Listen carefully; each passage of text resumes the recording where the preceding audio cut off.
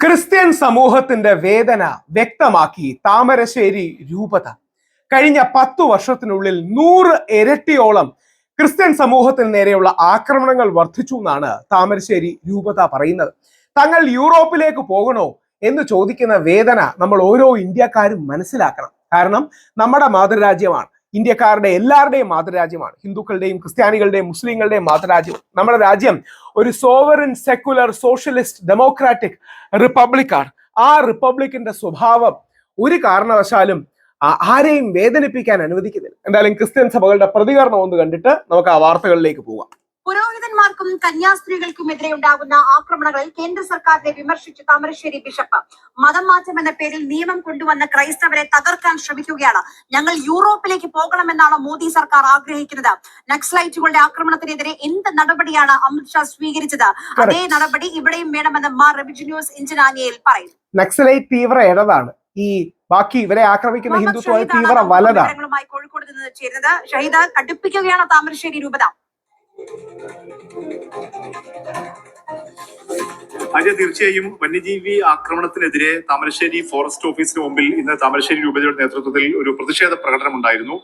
അതിനുശേഷമാണ് റെബിജിനിയോസ് മാർ ഇഞ്ചനാനിയൽ ഇത്തരത്തിലുള്ള അതിരൂക്ഷമായ പ്രതികരണം കേന്ദ്ര സർക്കാർ അല്ലെങ്കിൽ BJP ഉൾപ്പെടെയുള്ള സംവിധാനങ്ങൾക്കെതിരെ നടത്തിയിരിക്കുന്നത്. അതായത് സൂചിപ്പിച്ചതുപോലെ തന്നെ 100 ഇരട്ടി, കഴിഞ്ഞ 10 വർഷത്തിനിടയിൽ 100 ഇരട്ടിയോളം വർധനവാണ് കന്യാസ്ത്രീകൾക്കും അല്ലെങ്കിൽ പുരോഹിതന്മാർക്കുമെതിരെയുള്ള അക്രമത്തിലുള്ള വർധനവ് എന്ന് അദ്ദേഹം പറയുന്നുണ്ട്. ആക്രമിച്ച് ഈ സഭകളെ അല്ലെങ്കിൽ ക്രിസ്ത്യൻ വിശ്വാസികളെ ഇല്ലാതാക്കാനുള്ള ശ്രമമാണ് ഇപ്പോൾ നടത്തുന്നത്.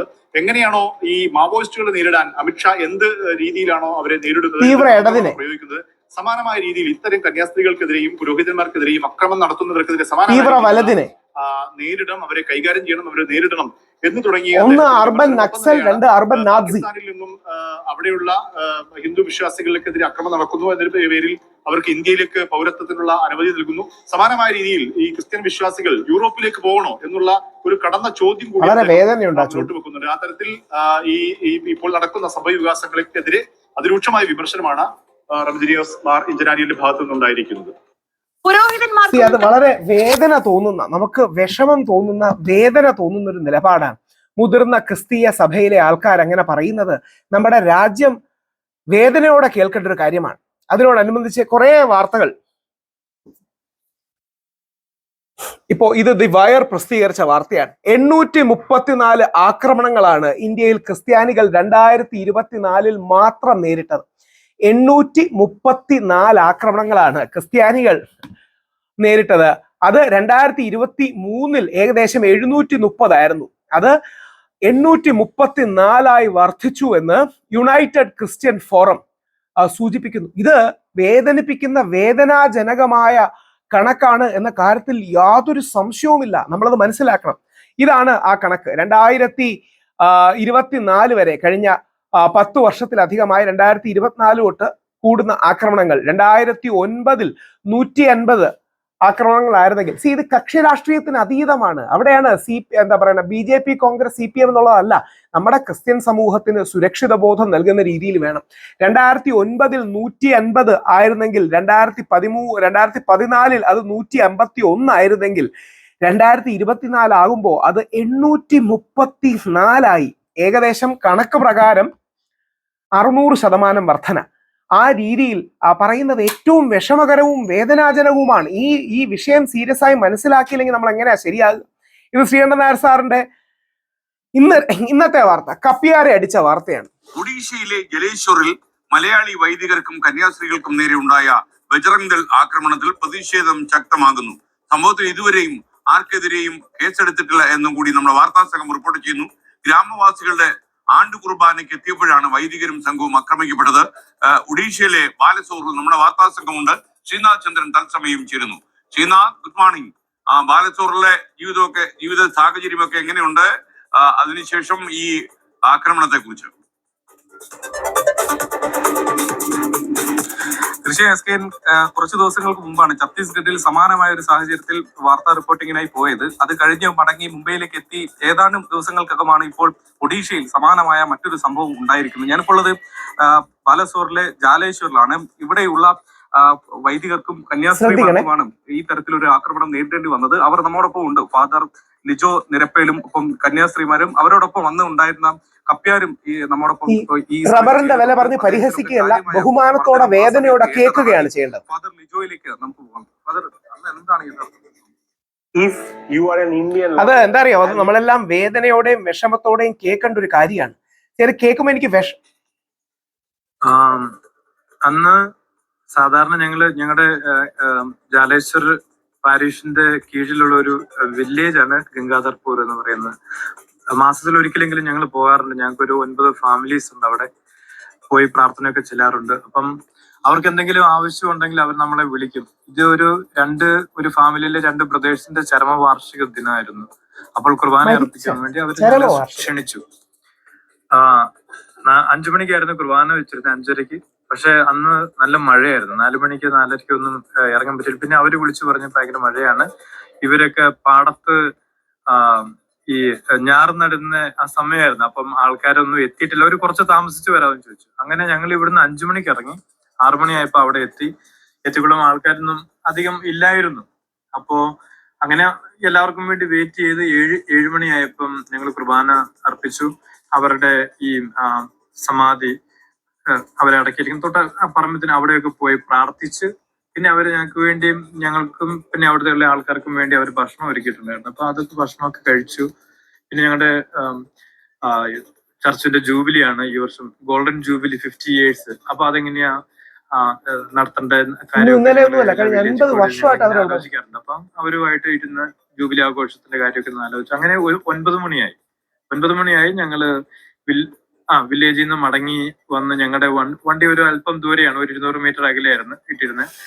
അവിടം വരെ വന്നപ്പം ഞങ്ങൾ കണ്ടു കുറച്ച് ബൈക്കൊക്കെ ഞങ്ങളുടെ വണ്ടി കയറുന്ന അനുസരിച്ച് അവര് ബൈക്ക് കൊടുത്തുകൊണ്ട് പുറത്തു വന്നു. കാരണം ആ സൈഡിൽ വീടുകളൊന്നുമില്ല, കംപ്ലീറ്റ് ഒരു നാരോ റോഡ്, ഒരു ഫോറസ്റ്റ് ഏരിയ ആണ്.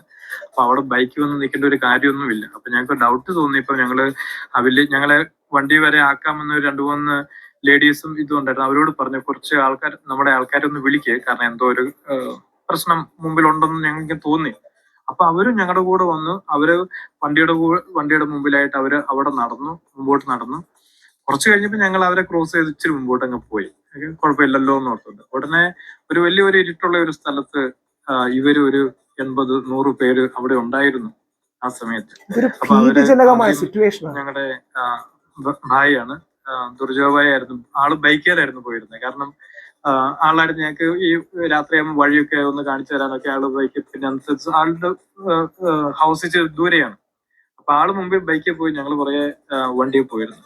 അപ്പൊ ആളെ അവര് ആദ്യം ബ്ലോക്ക് ചെയ്ത് വെച്ച് നിങ്ങൾ ആരാണ്, എന്തിനാണ് ഈ വില്ലേജ് വന്നത്, ഈ രാത്രിക്ക് നിങ്ങൾക്ക് എന്താ ഇവിടെ പരിപാടി എന്നൊക്കെ ചോദിച്ചോണ്ട് ഇവിടുന്ന് പറയുന്നൊന്നും കേൾക്കാതെ അവര് അടിക്കാൻ തുടങ്ങി. മർദ്ദിച്ചു, ശരിക്കും അടിച്ചു. അടിച്ചു കഴിഞ്ഞിട്ട് ആളുടെ ബൈക്കാണ് അല്ലേ, ഇവിടെ ഉള്ള ആളാണ്, മലയാളം അറിയില്ലല്ലോ, മലയാളം അറിയത്തില്ല. അപ്പൊ ബൈക്കൊക്കെ തട്ടിയിട്ട് അതിന്റെ പുറത്തേക്ക് ആളെ ഉന്തിയിട്ട് ശരിക്കും അടിക്കാൻ തുടങ്ങി. അത് കഴിഞ്ഞിട്ട് അന്നേരം ഞങ്ങൾ വണ്ടിയിൽ നിന്ന് ഇറങ്ങാൻ തുടങ്ങിയപ്പോഴേ ഇവര് പറഞ്ഞത് ആ വണ്ടിയിലുള്ള എല്ലാവരുടെയും മൊബൈൽ ആദ്യം എടുക്കാൻ പറഞ്ഞു, തട്ടിപ്പറിച്ച് മേടിക്കാൻ പറഞ്ഞു. അങ്ങനെ ആൾക്കാരെല്ലാം കൂടെ ഇങ്ങോട്ട് ഓടി വന്ന് ഞാൻ പെട്ടെന്ന് എന്റെ മൊബൈൽ മാറ്റാൻ പറ്റിയില്ല. അന്നേരം അത് എടുത്തു, എന്റെ ഡ്രൈവറിന്റെ എടുത്തു. അപ്പം അവർ കൊണ്ടുപോയി. മൊബൈൽ ഇതുവരെ കിട്ടിയിട്ടുമില്ല. പിന്നെ ഇവരുടെയൊക്കെ മൊബൈൽ അവർ പെട്ടെന്ന് തന്നെ ഈ സീറ്റിന്റെ അടിയിൽ വെക്കാനും പിന്നെ ഒക്കെ അങ്ങനെ ഒളിച്ചു വെച്ചു. അങ്ങനെ അവരുടെ കുഴപ്പം വന്നില്ല. പിന്നെ ഞങ്ങളും കൂടെ ഇറങ്ങി അവര് വണ്ടി അടിച്ചു പൊട്ടിക്കാൻ തുടങ്ങി. ചില്ലിനോട്ടൊക്കെ അടിച്ചു, ഞങ്ങളെയും അടിക്കാൻ തുടങ്ങി. ഞാൻ എന്റെ കൂടെ ഫാദർ ജോജോ സീനിയർ എന്നെ ജസ്റ്റ് ഒന്ന് അന്ന് വിസിറ്റ് ചെയ്യാൻ വന്ന ആളാണ്. അപ്പൊ ഞാൻ ഈവനിങ് പറഞ്ഞു ഇങ്ങനെ ഒരു വില്ലേജിലേക്ക് വരുന്നുണ്ടോ, അപ്പൊ വില്ലേജൊക്കെ ഒന്ന് കാണാന്ന് പറഞ്ഞിട്ട് ആളെ കൊണ്ടുപോയതാണ് ആക്ച്വലി. അപ്പം പുറത്തിനോട്ടും കൈക്കോട്ടൊക്കെ ജസ്റ്റ് അടി കിട്ടി, എനിക്കോട്ടും പുറത്തിനോട്ടും ഒരു അടി. അങ്ങനെ ഹിന്ദു ക്രിസ്ത്യൻ മുസ്ലിം ഏതെങ്കിലും ആത്മീയ പണ്ഡിതനെ അടിക്കാൻ നമ്മുടെ കൈ ഉയരും. അപ്പം ഒരു അടുത്ത് തന്നെ ഒരു ഞങ്ങളുടെ തന്നെ ഒരു വിശ്വാസി പുള്ളിക്കാരത്തിയോട് പറയും സിസ്റ്റേഴ്സിനോട് പെട്ടെന്ന് വില്ലേജിലേക്ക് പോകുന്ന, കാരണം ഇരുട്ടായിരുന്നു പുറത്ത്. അപ്പൊ അങ്ങനെ സിസ്റ്റേഴ്സ് അവരുടെ കൂടെ തിരിച്ച് വില്ലേജിലേക്ക് പോയി. പിന്നെ ഇവരിവിടെ ഓരോരുത്തരെയും പിടിച്ച് അടിക്കും. ഒത്തിരി അവിടുന്ന് രക്ഷപ്പെട്ട പോലീസ് എത്തി. ഒരു 35 മിനിറ്റ് ഏകദേശം കഴിഞ്ഞപ്പം പോലീസ് വന്നപ്പോ അവര് അടിച്ചുകൊണ്ടിരുന്നവരും ബഹളം വെച്ചവരും അവരൊക്കെ ഇച്ചിരി കുടിച്ചിട്ടാ വന്നേ, അടിക്കാൻ വേണ്ടി തന്നെയായിട്ട് വന്നവർ അവര് പെട്ടെന്നങ്ങ് പോയി. പോലീസിന്റെ മുമ്പിൽ. അപ്പം പോലീസ് വന്നപ്പോ ഇവര് ഇപ്പൊ 30-35 പേരേ ഉള്ളൂ. അവര് പിന്നെ പോലീസിനോട് കാര്യം പറഞ്ഞ് ഇവരിങ്ങനെ എല്ലാ ദിവസവും രാത്രിക്ക് ഇങ്ങനെ നടക്കും, മതപരിവർത്തനാണ് ഇവരുടെ ലക്ഷ്യം. ഞങ്ങളെ അറിയത്തില്ലാത്തവർ, ആദ്യമായിട്ട് കാണുന്നവരാണോ അത് തന്നെ, അവരൊക്കെ വിളിച്ചു വരുത്തിയതായിരുന്നു. അങ്ങനെ പോലീസ് അവരെ കേട്ടു, ഞങ്ങളെ കേട്ടു. അവരോട് ഒന്ന് സംസാരിക്കാം. രണ്ടുപേരായിരുന്നു ആ സമയത്ത് ഉണ്ടായിരുന്നു. ഒരുപാട് പേടിച്ചു പോയി. ശരിക്കും വിളിച്ചു. പിന്നീട് അങ്ങോട്ടേക്ക് കാലി തൊട്ട് മാപ്പി വരും. കേട്ടിട്ട് വേദന. എപ്പോ തിരിച്ച് ഇങ്ങോട്ടേക്ക് വന്നു? ഇങ്ങോട്ട് 11:30-12 ആ സമയം എങ്ങനെയാ നിങ്ങൾക്ക് പുറത്തു വരാൻ ആരെങ്കിലും സംരക്ഷണത്തിൽ പോലീസ് അങ്ങനെ ഉണ്ടായിരുന്നു? പോലീസ് വണ്ടി പുറകിലുണ്ടായിരുന്നു, ഞങ്ങളുടെ വണ്ടി. നിങ്ങളെ പുറത്ത് കൊണ്ടുവന്നത് എന്താ? അങ്ങനെയാണ് കൊണ്ടുവന്നത്. ആരെങ്കിലും നിങ്ങളെ ആക്രമിക്കാൻ ഞങ്ങളാരും ഒന്നും ചെയ്തില്ല. കപ്പേരെയാണ് പുള്ളി ശരിക്കും അടിച്ചു. പുള്ളിയുടെ ഇട്ടിരുന്ന ഷർട്ടെല്ലാം വലിച്ചു കീറി. പിന്നെ വണ്ടിയുടെ ചാവി എടുത്തോണ്ട് പോയി. ഇതിനു മുമ്പ് എപ്പോഴെങ്കിലും ഇങ്ങനത്തെ എന്തെങ്കിലും ഒരു അനുഭവം നിങ്ങൾക്ക് ഇവിടെ ഉണ്ടായിരുന്നു? ഇവിടെ ഒരിക്കലും ഇങ്ങനെ ഉണ്ടായിട്ടില്ല. ആദ്യമായിട്ടാണ് ഇങ്ങനെ ഒരു സംഭവം ഉണ്ടാവുന്നത്. അറിവിലൊന്നും ഇങ്ങനെ ഒരു സംഭവം സമീപകാലത്ത് ഇവിടെ എവിടെയും ഉണ്ടായിട്ടില്ല. ഇല്ല ഇല്ല. ഇപ്പൊ എന്താണ് നമ്മൾ അടുത്തൊരു സ്റ്റേജ്, നമ്മൾ ഈ നിയമ നടപടിയായിട്ട് മുന്നോട്ട് നിയമ നടപടിക്കൊക്കെ ഡിസിഷൻ പറഞ്ഞത് രൂപതാതലത്തിൽ നിന്നാണ്. അപ്പം പിതാവ് വന്നിട്ടുണ്ടായിരുന്നു. പിതാവ് കാര്യങ്ങളൊക്കെ വെച്ച് ഞങ്ങളുടെ വിജിയും വികാർ ജനറലൊക്കെ വന്നു, അച്ഛന്മാരൊക്കെ വന്ന് കാര്യങ്ങൾ അന്വേഷിച്ചു. ഇപ്പം അവര് നമ്മുടെ ലോയേഴ്സ് ഒക്കെ ആയിട്ടൊന്ന് ചർച്ച നടന്നുകൊണ്ടിരിക്കുകയാണ്, എന്താണ് നമുക്ക് ചെയ്യാൻ. പോലീസ് വന്നോ, നിങ്ങളോട് മൊഴിയെടുത്തോ, എന്തെങ്കിലും ചെയ്തോ? പോലീസിന്റെ ഭാഗത്ത് നിന്ന് എന്തെങ്കിലും നീക്കം ഉണ്ടായോ? കാരണം ഒരു ക്രിമിനൽ കേസാണല്ലോ ഇപ്പൊ സംഭവിച്ചിരിക്കുന്നത്. ഇത് ഇന്നലെ വൈകുന്നേരം ഒരു രാത്രി 9:30 ആയപ്പോ അവിടുന്ന് പോലീസ് വിളിച്ചു, സ്റ്റേഷനിൽ നിന്ന് വിളിച്ച്, അച്ഛൻ അവിടെ ഉണ്ടോ? ഞാൻ പറഞ്ഞുണ്ട്, ഞങ്ങൾ ഇതിലെ പെട്രോളിംഗ് നടത്താൻ വേണ്ടി ഇവിടെ രാജ്കോട്ടിലുണ്ട്, ഞങ്ങളൊന്ന് വന്ന് കണ്ടോട്ടെ. അന്ന് SI ഇല്ലായിരുന്നു പറഞ്ഞു. അപ്പൊ ഇന്നലെ വൈകുന്നേരം ഒരു 10 മണിയൊക്കെ ആയപ്പം 9:10 ആയപ്പം അവർ 3 പോലീസുകാർ ഇവിടെ വന്ന് വളരെ സ്നേഹത്തോടെ ഇത് പറഞ്ഞു. അപ്പം SI പറഞ്ഞ ഒത്തിരി വർഷം മുമ്പ് ജാലേശ്വരത്തുണ്ടായിരുന്നു, ഇപ്പൊ ഒത്തിരി ഇത് കഴിഞ്ഞിട്ടാണ് ഇപ്പൊ ഈ ഭാഗത്തേക്ക് വരണത്. ഞാൻ അന്ന് അവിടെ ഇല്ലായിരുന്നു.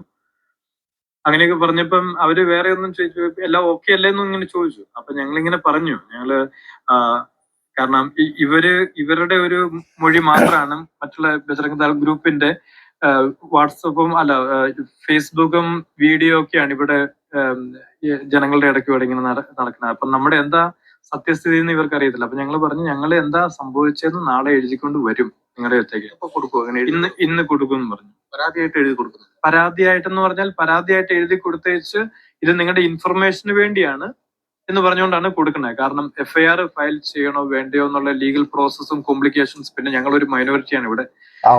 ഫ്യൂച്ചറിൽ ഞങ്ങളുടെ സെക്യൂരിറ്റി ഒക്കെ ഞങ്ങൾക്ക് നോക്കണം.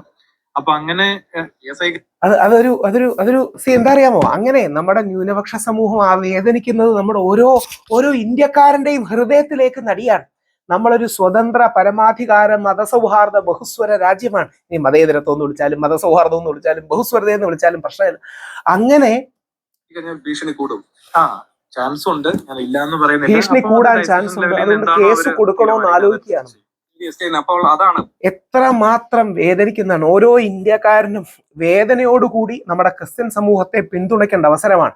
അവരെ പരിഹസിച്ച് റബ്ബറിന് വില കൂട്ടിയില്ല എന്നൊന്നും ചോദിക്കരുത്. അത് നമ്മളോട് ചെയ്യുന്ന ഈ രാജ്യത്തോട് ചെയ്യുന്ന അനീതിയാണ്.